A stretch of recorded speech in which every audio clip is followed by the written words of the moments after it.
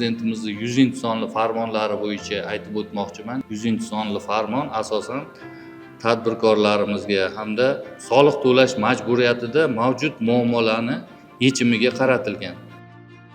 Ushbu farmon ijrosi yuzasidan qo'shilgan qiymat va foyda solig'iga o'tish yuzasidan chegaraviy miqdor 1 milliard so'mdan 5 milliard so'mga oshirildi.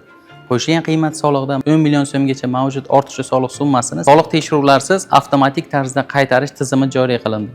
Bundan tashqari, savdo, xizmat ko'rsatish hamda umumovqatlanish korxonalarida qo'shilgan qiymat solig'ining soddalashtirilgan tartibi joriy qilindi. Soliq stavkasi 6% etib belgilandi. Hisobotlarni topshirish majburiyati bekor qilindi. Bundan tashqari foyda solig'idan ozod qilindi.